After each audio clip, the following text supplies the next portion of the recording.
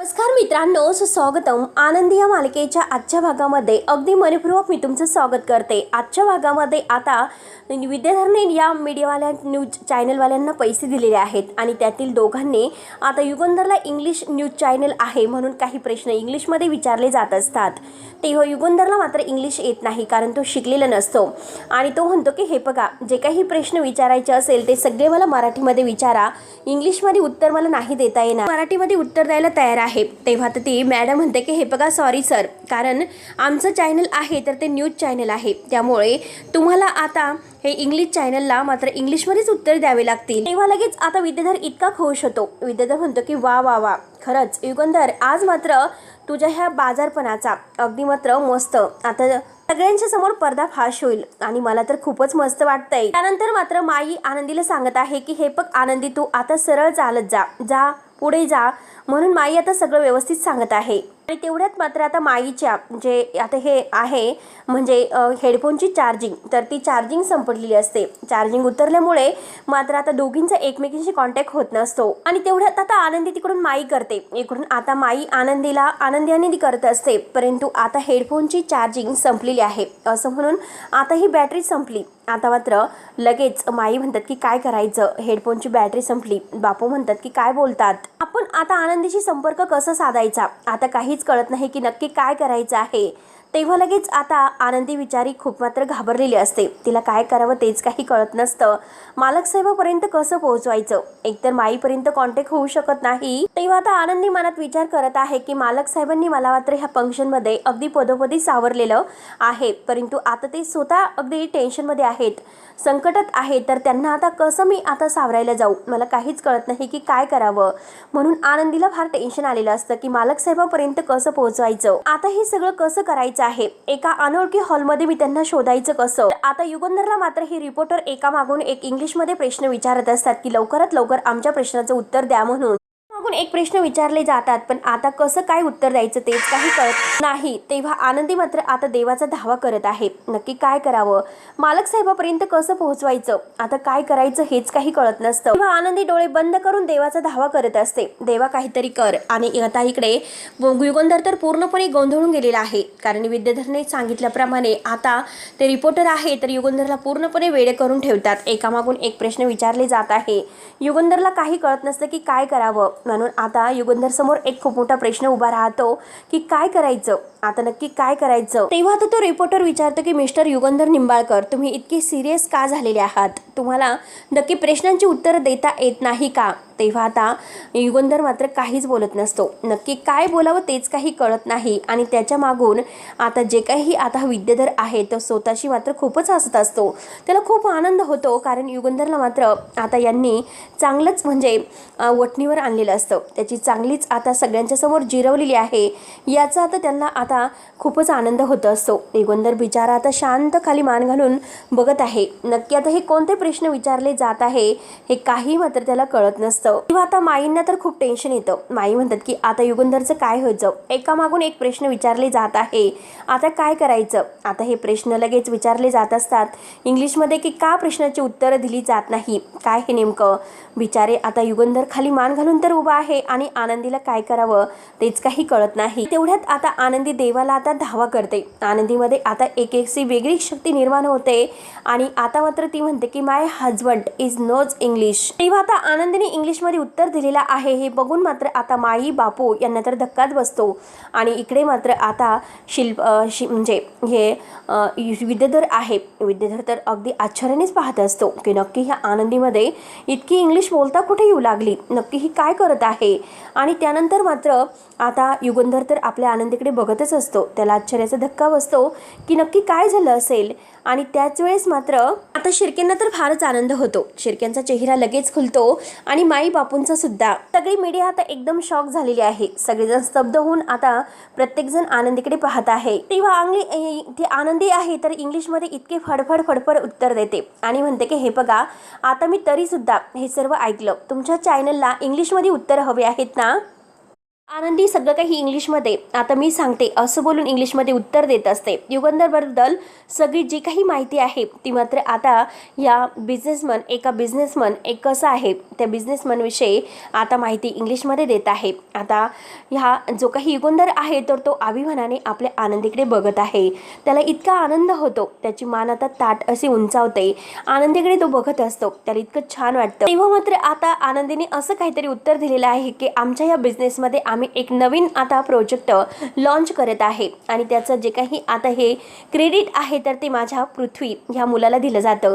आनंदी ह्या सगळ्याचं उत्तर मात्र आता त्या पृथ्वीच्या लॉन्चबद्दल ह्या इंग्लिशमध्ये सांगत आहे. तेव्हा सगळ्यांना इतका आनंद होतो की सगळ्यांना आनंदीचं कौतुक वाटतं. आनंदी इतकी छान इंग्लिश बोलत आहे, इतकं मस्त वाटत असतं. शेवटी मात्र आता ज्या रिपोर्टरला विद्याधरने पैसे दिलेले आहेत ते दोघंही खाली मान घालतात आणि विद्याधर तर अगदी शॉक होऊन बघत आहे. आनंदीने आज या युगंधरची मान उंचावलेली आहे, असं काहीतरी करून दाखवलेलं आहे आणि आपल्या मुलाबद्दल सुद्धा खूप काही त्यांनी सांगितलेलं आहे. आनंदी आता सगळं आपल्या ह्या बिझनेसविषयी आणि आपल्या युगंधरविषयी आता इतकी माहिती देत असते, ती पण इंग्लिशमध्ये. आणि युगंधर मात्र तिच्याकडे खुशत बघून हसत असतो, अगदी ताट मानेने. त्याला इतका आनंदीचा गर्व वाटतो, अभिमान वाटतो आणि इतकं छान तो आनंदीकडे आज बघत आहे. तेव्हा मात्र आता ज्या विद्याधरने ज्या ह्या रिपोर्टरला पैसे दिलेले आहेत त्याला तर पूर्णपणे घाम फुटलेला असतो. तो आपला रुमाल काढतो आणि घाम पुसतो. तेव्हा आनंदी एकामागून एक उत्तर देत असते. सगळेजण आता शॉक होतात. सगळा कार्यक्रम आनंदीने इंग्लिशमध्ये आता ह्या चॅनलला उत्तर देऊन दणदणून टाकलेला आहे. त्यानंतर मात्र आता माई आणि बापू तर इतके खुश होऊन आपल्या आनंदीकडे बघत आहेत आपल्या लाईव्हवर. आणि इकडे शिर्के तर मात्र आता इतके खुश आहेत. त्यांना तर आता इतकं छान वाटत आहे कारण आनंदीने आता आज जे काही करून दाखवलेलं आहे ते खरंच एक म्हणजे वेगळं काहीतरी. आणि सगळ्यांना मात्र इतका आनंद होतो. सगळेजण खूप छान आता आनंदीकडे बघत आहेत. तेव्हा मात्र आता आनंदी विचारते की कुणाला आणखीन काही उत्तर हवी आहेत का, काही विचारायचं आहे का. त्यावरती मात्र आता लगेच हा रिपोर्टर आहे तर तो नाही, थँक्यू असं म्हणतो. कारण त्याला बोलण्याकडे त्याच्याकडे शब्दच राहिलेले नसतात असे आनंदीने उत्तर दिलेले असतात. आणि आता हे सगळं काही ऐकून आणि बघून सगळेजण इतके शॉक झालेले आहेत. आनंदीला इतकं छान वाटत असतं. आनंदीने सगळ्यांची बोलते एकदमच बंद केलेली आहे. तेव्हा आनंदी युगंधरच्या हाताला धरते आणि युगंधरच्या हाताला धरून म्हणते की हे बघा, चला मालक साहेब, आपलं येथील काम झालेलं आहे. आता हे सर्व काही ऐकून युगंधर आता आनंदी पुढे येतात. विद्याधर अगदी शॉक होऊन त्यांच्याकडे रागानेच बघत आहे की आनंदीने इतकं सगळं मॅनेज कसं केलं असेल, कसं ती इतकं फडफड इंग्लिश बोलली असेल. तेव्हा आता युगंधर आनंदीकडे खुशून बघून हसतो आणि थोडंसं पुढे आल्यानंतर तो आनंदीला विचारतो की आनंदी, तू जे काही केलंस ते फक्त माझ्यासाठी केलंस, काय एक नंबर तू इंग्लिश बोललीस ग. तेव्हा आनंदी म्हणते की मालक साहेब, हे बघा, या गोष्टीसाठी तुम्ही खरंच माझे आभार मानू नका. ऑलरेडी तुम्ही खरंच मला खूप म्हणजे माझ्यावर उपकार केलेले आहेत. इथे या कार्यक्रमात आल्यापासून मला कित्येक अडचणीमधून तुम्ही मला वाचवलेलं आहे. विद्याधर आता त्यांच्याकडे बघत असतो, त्यांचं बोलणं ऐकत असतो. तेव्हा आनंदी म्हणते की हे बघा मालक साहेब, आज जेव्हा तुम्हाला माझी गरज होती तेव्हा मी तुमची सोबत आणि तुमची सावली कसं बनणार नाही हे सांगा बरं. याला सावली सोबत असणं असं म्हणतात की नाही, सांगा बरं. तेव्हा मात्र आता सगळेजण आता युगंधर आणि आनंदीसाठी टाळ्या वाजवत आहे. युगंधर अगदी अभिमानाने आपल्या आनंदीचा हात धरतो आणि तिला स्टेजवर घेऊन येतो. सगळेजण इतके टाळ्या वाजत आहे, स्वतः मंत्री साहेब सुद्धा. त्यानंतर आता इकडे राघव मात्र हा इकडे आरतीशी जवळीक वाढवण्याचा प्रयत्न करत आहे. तो मात्र डिझाईन बघण्याचं कारण ठेवतो, परंतु आता तो तिच्या खूपच जवळ येत आहे. तेव्हा आता आरती म्हणते की हे बघा, तुम्ही बघा डिझाईन, तोपर्यंत मी आले. परत आता आरती ही वॉशरूम मध्ये जाते आणि वॉशरूम मध्ये गेल्यानंतर आता ती आपले केस वगैरे आहे ती बांधून येते आणि फ्रेश होऊन बाहेर येते. तोपर्यंत ती अजूनपर्यंत तेथेच असते. पण ह्या राघवने मात्र आता एक वेगळीच कमाल केलेली असते. त्याने काय केलेलं असतं की आरतीला मात्र बेहोश करण्यासाठी आता त्या कॉफीमध्ये कोणती तरी पावडर मिक्स केलेली असते आणि आता तो आरतीला येईपर्यंत ती पावडर त्या कॉफीमध्ये मिक्स वगैरे करतो. चमच्याने चांगलं आता मिक्स करून घेतो आणि आरती तेवढ्यात बाहेर येते, लॅपटॉप वगैरे घेते आणि परत ती राघव सरांजवळ येऊन डिझाईन दाखवत असते आणि म्हणते की हे काही डिझाईन्स आहेत ते आम्ही शॉर्टलिस्ट केलेले आहेत. राघव सारखं तिच्याकडे बघत असतो. तेव्हा मात्र तो आरतीच्या खूपच जवळ येतो आणि आरतीच्या खांद्यावर हात ठेवतो आणि म्हणतो की हे बघ, आता तू ही डिझाईन दाखवली आहे ना, ती मला फारच आवडली. ती डिझाईन तू परत मला दाखवते का, म्हणून तो आरतीच्या खूप जवळ आलेला असतो, तिच्या खांद्यावर वगैरे हात ठेवतो, सारखा तो तिच्याकडे बघत असतो. तेव्हा आरती थोडीशी बाजूला होते. तेव्हा लगेच हा राघव म्हणतो की कॉफी पिणार का, मी तुझ्यासाठी कॉफी घेऊन आलोय. त्यानंतर मात्र आता तो आरतीला म्हणतो की कॉफी पी, परंतु आरती त्याला आणखीन डिझाईन बद्दल माहिती देत असते. परंतु हा काय करतो, आरतीला कॉफी पिण्यासाठी तो आरतीला म्हणतो की आरती कॉफी पी ना, अगं पिऊन घे अख्खी कॉफी. तेव्हा बिचारी आरती मात्र ती कॉफी पित असते आणि तिला काहीतरी संशय येतो, म्हणून ती आता राघवकडे बघत असते. परंतु शेवटी हा तिला ती कॉफी प्यायला सांगतो. त्यानंतर पृथ्वी गाडीतून येत आहे आणि तो मिताली बरोबर मात्र आता फोनवर बोलत आहे. त्याने स्पीकर वाढवलेला असतो की थांब मिताली, मी स्पीकरवर टाकतो. आणि तो विचारतो की काय झालं, अगं मिताली कसं सुरू आहे, आणि तू बाबांचं अवॉर्ड फंक्शन आहे तर ते बघते की नाही. त्यावरती मिताली म्हणते की अरे नाही ना, मला तर बघण्याची खूप इच्छा होती पण नाही ॲडजस्ट होत, आणि नेमकं आता येथील नेटवर्क आहे तर ते डाऊन झालेलं आहे, चालतच नाही काही, बघण्याची तर फारच इच्छा आहे, काय करू. तेव्हा पृथ्वी म्हणतो की हो ना, आपण सुद्धा इतका छान जो काही आपला क्षण आहे तर तो मिस करत आहे. बाबांना इतकं मोठं अवॉर्ड भेटत आहे आणि आपल्याला ते बघायला भेटत नाही, काय करावं, जाऊन दे हे, बघ जाऊन दे, विचार करू नको. माईंना मात्र मी टीव्हीवर ते आता सगळं रेकॉर्ड वगैरे आहे ना तर ते सेव्ह करून ठेवायला सांगितलेलं आहे, म्हणजे टीव्हीवर कसं लाईव्ह दिसत असेल. मिताली म्हणते की हो टीव्हीवर नक्की चालू असेल, आणि बघ ना आईची फारच आठवण येते, आई असायला हवी होती, तर आई असती तर ती मस्त नटून थटून आता बाबांसोबत हे इव्हेंटमध्ये गेली असती. आता पृथ्वी म्हणतो की हो ना, बाबा जेव्हा हे अवॉर्ड घेण्यासाठी स्टेजवर जातील तेव्हा त्यांना सुद्धा खरंच आईची खूप आठवण येईल. तेव्हा आता मिताली म्हणते की हो ना, बिचारे बाबा एकटे पडले असतील. पृथ्वी म्हणतो की हो, आईची जागा कोणीच भरून नाही काढू शकत. तेव्हा पृथ्वीच्या डोळ्यात पाणी येते. पृथ्वी आता डोळ्यातील पाणी पुसतो आणि म्हणतो की एनिवे मिताली, जाऊन दे, आपण आहोत ना बाबांच्या सोबत. मिताली खुशत हो असं म्हणते, आणि त्यानंतर मिताली म्हणते की सॉरी बरं का दादा, अरे प्रांजलची तब्येत अचानक खूप बिघडली, त्यामुळे मला येथे यावं लागलं, तुझ्यासोबत मात्र मी ह्या इम्पॉर्टंट मीटिंगला नाही येऊ शकले. तेव्हा आता पृथ्वी म्हणतो की अगं काहीच नाही, तू इतकं वाईट वाटून घेऊ नको, सगळं व्यवस्थित सुरू आहे. त्यावरती मिताली डोक्याला हात लावते आणि म्हणते की दादा, अरे मला मीटिंगवरून आठवलं, तर मला सांगितलंच नाही की मीटिंग कशी झाली ते. पृथ्वी खुशत म्हणतो की एकदम मस्त, इनफॅक्ट म्हणजे ऑर्डर सुद्धा आपल्याला मिळालेली आहे. ते ऐकून आता मिताली खूपच खुश होते आणि म्हणते की दॅट्स गुड, आणि मी तुला खात्रीने सांगू शकते की आरतीची डिझाईनची तुला खूप मदत झाली असेल. तेव्हा लगेच आता पृथ्वी म्हणतो की हो झाली ना, मला खरंच आता तिची खूपच मदत झालेली आहे, आणि ती एक नंबरची विंडोक मुलगी आहे. जो काही क्लायंट आला होता तो तिच्याशी मात्र आता खूपच जवळी करत होता, आणि ह्या मुलीला काहीच म्हणजे कळतच नाही, खरंच वेडी आहे. त्यावरती मात्र आता मिताली म्हणते की दादा, अरे जाऊन दे, ती खूप साधी मुलगी आहे रे, ती असे गावाकडच्या वातावरणात वाढलेली आहे, त्यामुळे तिला काय कळणार, त्या मुलाची इंटेन्शन्स तिला कळाले नसेल. असो, तू होतास ना तिथे, बरं केलं तू आता तिथे होता, आणि तू ऐन वेळेस मात्र त्या मुलापासून तिला दूर केलं. ते हे बघ, तू आता मुंबईत आहेत ना, आणि तुला ती पावभाजी आठवत असेल फेमस, त्यामुळे तू जाताना आरतीसाठी नक्की घेऊन जा, तिला खरंच खूप आवडते. आता पृथ्वी खुशत म्हणतो की ठीक आहे, नक्की नेतो. त्यानंतर मिताली म्हणते की चल आता मला निघावं लागेल, मला एक खूप महत्त्वाचं काम आहे, मी आता निघते. तेव्हा आता तो पृथ्वी खुशत बाय करून फोन ठेवतो. तेव्हा आता पृथ्वी यायला निघलेला आहे. त्यानंतर आता इकडे इव्हेंटमध्ये आता मस्त सगळे जे काही आता सगळेजण एकत्र आलेले आहेत, आणि ज्या क्षणाची आता सगळेजण इतक्या आतुरतेने वाट बघत आहेत तो क्षण आलेला आहे.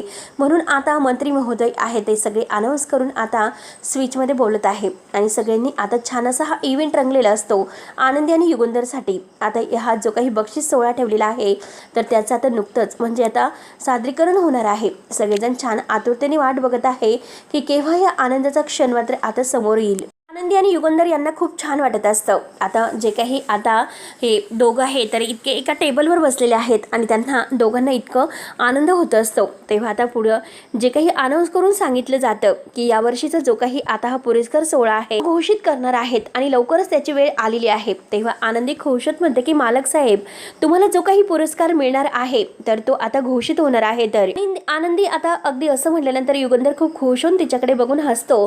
तर आनंदी आपल्या मनात म्हणते की थँक्यू समिताताई, आज हे सगळं काही तुमच्या पुण्याईने आणि तुमच्या आशीर्वादाने अगदी व्यवस्थित पार पडत आहे. तर मालक साहेबांना मात्र असंच यश मिळून दे. तेवढ्यात मात्र हा विद्याधर आता खूप टेन्शनमध्ये घरी येतो. त्याची आता एऱ्या झऱ्या चालू असतात.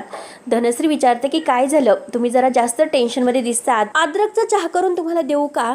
तेव्हा आता धनश्री असं म्हटल्यानंतर आता विद्याधर म्हणतो की तूच पी आणि जा तिकडे, तुला एकदा सांगितलं ना मी जा म्हणून. तुमच्या आवडीचं आता सूप आहे ते मागावू का. तेव्हा धनश्री आता सूप आणायला जायला निघते. तर विद्याधर रागाने म्हणतो की बाई अगं मी तुझ्या पाया पडतो, जा जाऊन तिकडे तोंड काळं कर, असे रागानेच म्हणतो. तेव्हा धनश्री पुन्हा त्याच्या जवळ येते आणि म्हणते की अहो तुम्ही असं का बोलतात, मला माहिती आहे की तुम्ही आनंदीमुळे दुखावलेला आहात, भाऊजीमुळे आणि आनंदीमुळे, आणि ही स्वतः चुकीची असून मात्र सगळ्यांच्या डोळ्यामध्ये एकदम अशी हिरोईन बनलेली आहे. आणि हे बघा अहो एक दिवस येईल आणि आता तो दिवस तुमचा असेल आणि विजय सुद्धा तुमचाच असेल. तेव्हा मात्र रागाने विद्याधर आता तिच्यावर ओरडतो आणि तुझे हे फालतू सल्ले आहे तर ते बंद कर, माझ्या जखमीवर मीठ चोळण्याचा प्रयत्न तू करू राहिली आहे, त्यामुळे तुला तर बघण्यासाठी मज्जाच येत असेल, मलाच अक्कल शिकवायला लागली का. त्यावरती धनश्री आता म्हणते की अहो तुम्ही काय बोलतात, माझं असं काही म्हणणं नाही, तुम्ही असं काही आरोप करू नका बरं. विद्याधर तिला रागानेच ओरडतो, मग कसं, आणि खरं तर मी तुला विचारलं होतं का, नव्हतं ना विचारलं, आणि खरं तर तुला सांगूनच जायला नको होतं, त्यामुळेच आता, आणि तेव्हाच मला कळायला हवं होतं की तुला सांगितलं म्हणून माझा प्लॅन हा फ्लॉप होणार, आणि शेवटी तसंच झालं. तेव्हा आता धनश्री म्हणते की अहो मी फक्त तुम्हाला बरं वाटावं म्हणून आता हे सर्व बोलत होते, सांगत होते समजावून. तेव्हा आता विद्याधर रागानेच तिला म्हणतो की जा जा, मला काही घेणं नाही, आणि एक गोष्ट लक्षात ठेव, विद्याधर निंबाळकरला कुणाच्याही मदतीची गरज नाही. आनंदीला असं वाटत असेल की ती जिंकली म्हणून, पण एक गोष्ट लक्षात ठेवायची, सोडणारा माणूस नाही हा विद्याधर निंबाळकर, मैदान पेटवणारा माणूस आहे. तेव्हा मात्र घाईने तो आता फोन करतो आणि म्हणतो की हॅलो, मला आत्ताच्या आत्ता अगदी काही कमीच वेळात मला मात्र 3 फ्लाईटची तिकीट हवी आहे, तुम्हाला सगळं डिटेल पाठवून देतो, लवकरात लवकर मला तिकीट हवी आहे. तेव्हा धनश्री विचार करते याला तिकीट कशासाठी लागत असतील, विचार करते की फ्लाईटची तिकीट आणि ती पण यांना. तर आता विद्याधर रागाने फोन ठेवतो आणि म्हणतो त्या आनंदीला असं वाटत असेल की ती जिंकलेली आहे म्हणून, तो ह्या वाड्यामध्ये आता असं काहीतरी स्फोट होईल आणि त्या स्फोटामध्ये ही आनंदी जळूनच खाक होईल. आता सगळ्यांना परत एकदा आठवण करून देण्याची वेळ आलेली आहे का हा विद्याधर मात्र इंगी नाही तर आग आहे, विष नाही तर अख्खा नाग आहे. त्यानंतर मात्र आता इकडे हा राघव आहे, तर राघवला मात्र आता म्हणजे त्याने जे काही आता कॉफीमध्ये हे पावडर मिक्स करून आरतीला मात्र आता जळजळ व्हायला सुरुवात होते. आरती आता म्हणते की 1 मिनिट मी आले म्हणून ती थोडीशी बाजूला जाते आणि उभी राहते. तेव्हा आता राघव पुन्हा तिच्या जवळ येतो. राघवला माहिती असतं की हिला नक्की काय होत आहे, म्हणून तो आरतीच्या जवळ येतो आणि म्हणतो की 1 मिनिट थांब, तू इथे बस, तुझं डोकं दुखत आहे का. तेव्हा आता आरती आता तो इतक्या जवळ आलेला असतो, आरतीच्या डोक्याला वगैरे हात लावतो आणि म्हणतो की डोकं दुखतं का. आरतीला जरा काहीतरी वेगळंच फील होत असतं. ती लगेच मात्र आता त्याला बाजूला करते आणि म्हणते की नाही, आणि उठून उभी राहते, बाजूला होते की तुम्ही गेला तरी चालेल, आणि हे बघा मला बरं वाटत नाही, आपण नंतर डिझाईनबद्दल डिस्कस करूयात. तेव्हा आता राघव म्हणतो की नाही ग, अगं तू इथे बस बरं. पुन्हा तिला धरून तो तिथे बेडवर बसवतो आणि तुला बरं वाटत नाही, मी कसं जाऊ बरं, आणि तुला काय होतं सांग ना, अगं सांग मला काय होतं, म्हणून तो तिचे हात धरायला जातो. तेव्हा आरती म्हणते की राघव सर तुम्ही काय करतात, हात सोडा माझे. तेवढ्यात मात्र आरती बाजूला व्हायला सुरू होते आणि ती मात्र आता बाजूला होत असते, परंतु हा राघव तिचा हात धरतो आणि तिला पुन्हा बेडवर ढकलतो आणि म्हणतो की अगं थांब ना, अगं आरती बस ग निवांत. आरती म्हणते की माझ्या जवळ येऊ नका, माझ्या जवळ येऊ नका असं म्हणत असताना आता तिला लगेच गुंगी येते आणि ती बेशुद्ध होते आणि हा राघव तिच्या अंगावर येत असतो आणि आरती मॅम म्हणून आता तो तिच्याकडे बघत असतो आणि पूर्ण तिच्या जवळ आलेला असतो. बिचारी आता ही आरती मात्र बेशुद्ध पडलेली आहे, म्हणजे आता ती बेशुद्ध झाल्यासारखी झालेली आहे, तिला काहीच कळत नसतं. त्यानंतर मात्र आता इकडे शिल्पा रागरागाने आपली बॅग भरत आहे, कारण युगंधरने तिला सांगितलेलं असतं की ती काही झालं तरी आता तुला या म्हणजे घर सोडून तिकडे आश्रमात जायचं आहे. आता जे काही युगंधर तिला म्हटलेलं आहे तर ते प्रत्येक शब्द आणि शब्द तिला आठवत असतो आणि तावतावाने बॅग भरत असते. त्या दिवशी तू आनंदीला सून म्हणून स्वीकार करशील ना, त्या दिवशी तू या घरात निंबाळकर घरांच्या घरामध्ये पाऊल ठेवायचं, हे सगळं काही सांगितलेलं तिला आता आठवण होते. आणि आता हे सगळं काही विचार करून आता ती म्हणते की मला म्हणजे या घरातील लेकीला युगंधर जायला सांगतो की काही मला तर इथे नाहीच राहायचं, इथे राहून तर माझा श्वास गुदमरतोय, नाही राहायचं, नाही राहणार मी इथे. या माणसाने मात्र त्या मुलीसाठी मला घराच्या बाहेर काढलेलं आहे. आणि तेवढ्यात बापू शिल्पाच्या जवळ येतात. बापू म्हणतात की शिल्पा चल चल, अगं चल लवकर, हॉलमध्ये चल. तेव्हा शिल्पा रागानेच म्हणते की मी कुठेही येणार नाही बापू, मी तुम्हाला अगोदर सांगून ठेवते. बापू म्हणतात की अगं तिकडे युगंधरला मानाचा पुरस्कार मिळत आहे, हा सोहळा सुरू झालेला आहे, चल लवकर. शिल्पा खूप जोरात ओरडते की मिळून दे, मला काही फरक पडत नाही, मी चालले घर सोडून, मला इथे नाही राहायचं. म्हणतात की अगं शिल्पा, तू असं काय करते? आज मात्र तुझ्या भावाच्या आयुष्यातील इतका आनंदाचा सोहळा आहे बाहेर, आता अवॉर्ड त्याला मिळणार आहे काही क्षणातच. मला एक गोष्ट सांग बरं, आता इतक्या आनंदाच्या क्षणाला मात्र आपल्या भावाला इतका मोठा पुरस्कार मिळत आहे, मग कोणती जगातील अशी बहीण आहे की आपल्या भावाला मात्र इतक्या आनंदाच्या सोहळ्यामधून सोडून ती निघून जाते? तेव्हा आता तू चल, सगळं काही सोडून दे. तेव्हा आता शिल्पा रागानेच म्हणते की मला तिचा मान सन्मान आणि आता जो काही अपमान आहे माझ्या भावाचा तो नाही बघायचा. तेव्हा आता बापू काही ऐकायला तयारच नसतात. बापू म्हणतात की मला काही ऐकून घ्यायचं नाही, चल चल शिल्पा. आणि शिल्पाच्या हाताला धरून चल चल करत असतात. शिल्पा नाही नाही करत असते आणि शेवटी बापू मात्र काही न ऐकून घेता लगेच मात्र आता आणि बाहेर घेऊन आलेले आहेत. तरी सुद्धा शिल्पा आता हॉलमध्ये आल्यानंतर मला नाही बघायचं असं जोरात ओरडते. बापू तिला घेऊनच येतात. तेव्हा धनश्री आणि ह्या सगळ्याजणी तेथे आहेत. तर माई आता शिल्पाला म्हणतात की शिल्पा, अगं थांब ना शिल्पा, बघ ना युगंधरसाठी किती मोठा हा आनंदाचा क्षण आहे, इतका मोठा अवॉर्ड सोहळा. तेव्हा स्टेजवर मात्र युगंधरचं नाव घेतलं जातं. सगळेजण टाळ्या वाजवतात. युगंधर आणि आनंदी यांना फारच आनंद होतो आणि आता मात्र युगंधर स्टेजवर येतो. सगळ्यांचे अगदी मनापासून आभार मानतो. माई खुश म्हणतात की खरंच नशीब काढलं पोरानं, अख्ख्या निंबाळकर घरांचं नाव उज्ज्वल केलं. बापू म्हणतात की बघ शिल्पा, तुझा भाऊ मात्र अवॉर्ड घेण्यासाठी स्टेजवर जातोय. या अवॉर्डचं आपण किती दिवसापासून वाट बघत होतो. त्या युगंधरला अवॉर्ड मिळतो असं झालं होतं. खरं तर आपल्या घराण्यासाठी ही खूप मोठी गोष्ट आहे. तेव्हा शिल्पाच्या चेहऱ्यावर आनंद येतो. शिल्पा आता डोळे भरून आता हा अवॉर्ड सोहळा बघत असते. तेव्हा आनंदी खुशून हसत असते आणि मनात म्हणते की ह्या हेडफोनच्या बॅटरीला आत्ताच लो व्हायचं होतं का? मालक साहेबांना इतका मोठा अवॉर्ड मिळत आहे आणि जर बॅटरी नीट असती तर कमीत कमी मी माईंना आता हे विचारलं असतं फोनवर की मालक साहेब स्टेजवर कसे दिसतात म्हणून. त्यानंतर इकडे हा राघव आरतीच्या वर नजर ठेवून असतो. तो तिच्या अंगावर येणार तोच लगेच आता पृथ्वी मागून आलेला असतो आणि एक सनकणी मात्र आता त्याची गचंडी धरून त्याला बाहेर म्हणजे ढकलून देतो आणि त्याला खूप मारत असतो. पृथ्वी निंबाळकर असताना आता मी तुझी कसं असं होऊन देईल असं म्हणत असतो. तुझी हिंमतच कशी झाली तिला हात लावण्याची? तेव्हा लगेच राघव म्हणतो की हे बघ लक्षात ठेव, मी स्वतः इथे नाही आलो, तिने मला अगदी बोलून घेतलेला आहे. आणि आता मात्र तो राघवला इतकं मारतो आणि राघव सुद्धा आता त्याच्या अंगावर धावून जात असतो. परंतु पृथ्वी त्याला ऐकत नाही. तुझी हिंमतच कशी झाली तिला हात लावण्याची म्हणून आता पृथ्वीला फारच राग आलेला असतो. पृथ्वी रागाने इतका त्याला बेदम मारत असतो, लाते खाली तुडवत असतो. आणि तेवढ्यात आता हॉटेलचे वेटर आहे तर ते धावतच येतात आणि पृथ्वीला धरून आता सोडा त्याला असं म्हणत असतात. आता ते वेटर ह्या राघवला धरतात. ते दोन वेटर राघवला घेऊन बाहेर निघून जातात. तर आता पृथ्वी आता रागानेच म्हणतो की मला सोडून द्या, मी त्याला नाही सोडणार.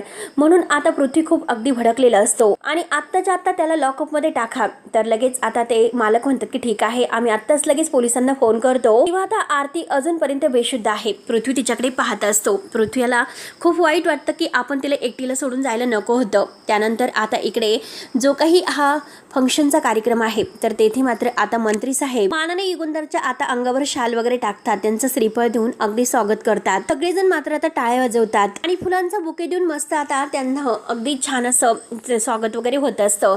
सगळेजण टाळ्या वाजवत असतात. मीडिया तर अगदी चक्क म्हणजे बघतच आहे. सगळ्यांना आता हा एक आनंदाचा सोहळा वाटत असतो. तेव्हा मात्र आता जे मंत्री महोदय आहे ते म्हणतात की दरवर्षी आम्ही हा अवॉर्ड आहे तर एका ग्रेट बिझनेसमॅनला देत असतो आणि या वर्षीचा अवॉर्ड आहे तर युगंधर निंबाळकर तुम्ही जिंकलेला आहे. तर हा जो काही पुरस्कार आहे तो मात्र आम्ही आता तुमची पत्नी धर्मपत्नी आनंदी निंबाळकर मिसेस आनंदी निंबाळकर यांच्या हाताने देणार आहोत. तर आनंदीच्या हाताने मात्र आता हा पुरस्कार आहे तर तो युगंधरला दिला जात आहे. ते ऐकून आता आनंदीला तर आश्चर्याचा धक्काच बसतो. परंतु इकडे मात्र शिल्पाचे होश उडतात. माई आणि बापूंना शिल्पा लगेच म्हणते की आता मला नाही बघूशी वाटणार, माझ्यासाठी नाहीच होणार. तर माया शिल्पा जायला निघते. माई म्हणतात की थांब शिल्पा, अगं जरा परिस्थिती समजून घे. बापू म्हणतात की शिल्पा अगं जरा शांत हो. तेव्हा आनंदी आता कावरी बावरी होऊन जाते. ते म्हणते की मालक साहेबांना हा पुरस्कार आहे तर तो कोणीतरी प्रतिष्ठित आणि आता अगदी असं मोठ्या व्यक्तीने द्यायला हवा, माझ्यासारख्या साध्या मुलीच्या हस्ते नाही. खरंच हा पुरस्कार देण्याची माझी लायकीच नाही. तेव्हा मिसेस आनंदी निंबाळकर यांना मात्र स्टेजवर बोलावलं जातं. तेव्हा आनंदी पूर्णपणे भारावून जाते. युगंधर ताटमानेने आपल्या आनंदीकडे बघत असतो. सगळेजण आनंदीसाठी टाळ्या वाजवत आहे. आनंदी पूर्णपणे भारावून गेलेली असते. तिला काय करावं तेच काही कळत नसतं. तर आता आनंदी स्टेजवर काही येतच नसते. तेव्हा आनंदीला पुकारलं जातं की मिसेस आनंदी तुम्ही स्टेजवर या. तर आता युगंधर म्हणतो की आनंदी की अगं तू स्टेजवर ये. आता आनंदीला खूप मोठा प्रश्न उभा राहिलेला असतो की आता स्टेजवर कसं जायचं, मला तर दिसत नाही, मग काय करायचं. तेव्हा आनंदी पूर्णपणे घाबरून गेलेली असते. इकडे माई आणि बापूंना सुद्धा समजतं की आनंदीला आता स्टेजवर कसं पाठवायचं. एकतर आता हेडफोनची बॅटरी लो झालेली आहे. पण आनंदी देवाचा धावा करते, देवा काही कर परंतु मला मदत कर. तेव्हा मात्र आता आनंदी आता अगदी स्टेजवर जायला निघलेली असते. तर हा भाग येथे संपतो. पुढील भागामध्ये जेव्हा आनंदी आणि आता युगंधर घरी येतात तेव्हा मात्र आता जेव्हा प्रांजल, पृथ्वी आणि आता ही मिताली घरी आलेले आहेत आणि ते दोघंही आता तेथे घरी आल्यानंतर थांबा असं म्हणतात आणि आता म्हणतात की एक पुरस्कार आमच्याकडून सुद्धा. म्हणून त्यांनी आता जे आता हे फोटो आहे समिदा आणि आता हे मुलं आता सगळ्यांचे लहानपणीचे जे फोटो आहेत तर ते फोटो एकत्रित केलेले असतात आणि त्यावरची शाल काढून ते मात्र युगंधरला देतात, टाळ्या वाजवतात. मिताली म्हणते की एक पुरस्कार आमच्याकडून सुद्धा. तेव्हा आता पृथ्वी रागानेच म्हणतो की आम्हाला गाफील ठेवून आणि आम्हाला फसून मात्र त्या आनंदीशी लग्न केल्याबद्दल अभिनंदन युगंधर निंबाळकर. आज पुन्हा तुमच्यामुळे एकदा आपलं घर उद्ध्वस्त झालेलं आहे ह्या धोकेबाज आनंदीमुळे. म्हणून मात्र आता तो काडीची पेटी आहे तर ती ओढतो आणि काडी ओढून मात्र आता जे काही फोटो वगैरे आहे त्यांनी आता ते सरप्राईज आणलेलं आहे तर तो पेटून देतो. तेव्हा आनंदी आणि युगंधर हे सगळं काही बघून त्यांना धक्काच बसलेला असतो. तेव्हा आता मुलांना पुन्हा मात्र आता ह्या विद्याधरने जो काही खोडा घातलेला असतो, कारण मुलांना आता विदेशात अगदी फ्लाईट बुक करून पाठवून देण्यासाठी हे सर्व नाटक त्याने केलेलं असतं. म्हणून मात्र आता त्याचा डाव जो काही आनंदी आहे तो सक्सेस नाही होऊन देणार. आता मुलांना कसं समजायचं हे आनंदी ठरवणार आहे. तेव्हा पुढे काय होतं हे बघायला विसरू नका. तोपर्यंत धन्यवाद.